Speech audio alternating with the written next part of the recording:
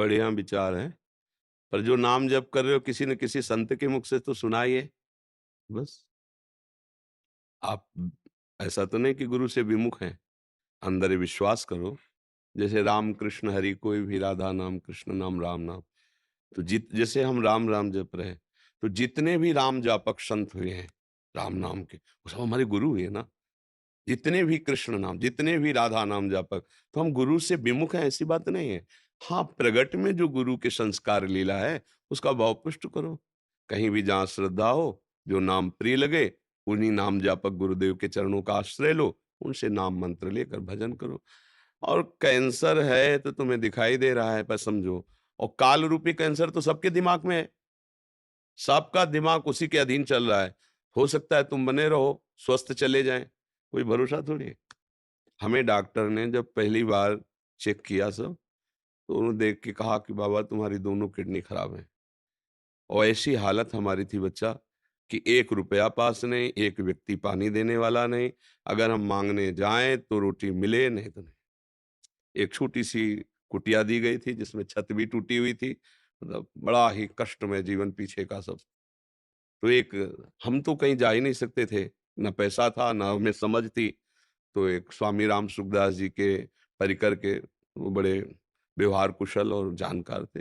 एक बड़े डॉक्टर थे, तो उनसे फिर जाँच के उन्होंने कहा बाबा गृहस्थी होते तुम उसके मतलब परिवार से कहते, लेकिन आपका कोई तो है नहीं, तो डायरेक्ट आपसे कह रहे हैं, आपकी रिपोर्टें बता रहे हैं कि जिस हालत में किडनी पहुँच गई है, बहुत अधिक आप जिएँगे, सुरक्षित रखेंगे तो दवाइयों के द्वारा, वो 5 वर्ष इसके बाद आपका शरीर पूरा हो जाएगा। हमें पता ही नहीं था किडनी किसे कहते हैं। बचपन से बाबा जी गंगा किनारे सेवन, किसी व्यवहार का लेश मात्र ज्ञान नहीं। अंदर निश्चय किया कि मरना तो था ही, घबराने की क्या बात है।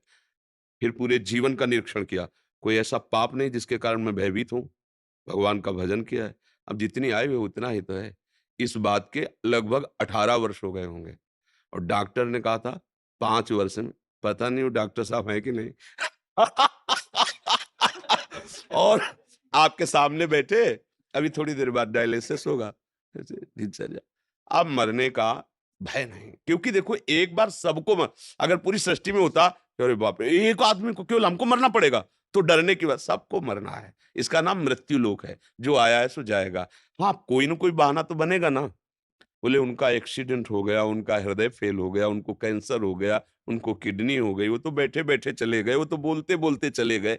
जितना समय है उतना ही है, प्रसन्न रहो। जो कष्ट आवे वो हमारे कर्म का भोग है, और राधा, राधा, राधा, राधा, माता-पिता, परिवार की जितनी बन सके सेवा करो। नहीं बन पाता है तो ऐसा कोई वचन मत बोलो, चेष्टा कि किसी को दुःख पहुँचे, क्योंकि पूर्व में किसी को दुःख पहुँचाया है तो आया हमारे साथ बन करके, अब ना दुःख पहुँचे। अभी तक जो हुआ हुआ, अब नहीं, तो आगे बढ़िया पवित्र काम बन जाएगा। जैसे आप भजन कर रहे हो और भगवत प्राप्ति नहीं हुई, शरीर छूटा, तो अगला जन्म बहुत उत्तम, ऐश्वर्यवान, धनवान, कुलवान, और वहां भक्तों का सानिध्य मिलेगा, जिससे पूरा भजन हो जाएगा। जो इस जन्म में नहीं हो पाया, वो स्वस्थ शरीर, बढ़िया सब व्यवस्था, जिससे तुम्हारा मन भोगों की तरफ नहीं जाएगा। जिस मन में नाना प्रकार की भोग आकांक्षा रहती है, वो भगवत प्राप्ति करने का अधिकार नहीं रखता। भजन के बल से वासनाओं का नाश करके भगवत प्राप्ति की जाती है। बढ़िया है। बिल्कुल ये निराश ना हो कि हमारे तो कैंसर हो गया, हमारी तो किडनी फेल हो गई। नहीं, हमको बहुत कृपा हुई जो ऐसा हुआ, जिससे मेरा मन हर समय भयभीत रहकर प्रभु में लगा रहेगा कि अब तो यार कैंसर मरना है, पाप क्यों करें? जब जाना ही तो पाप क्यों क बढ़िया बचत हो गई।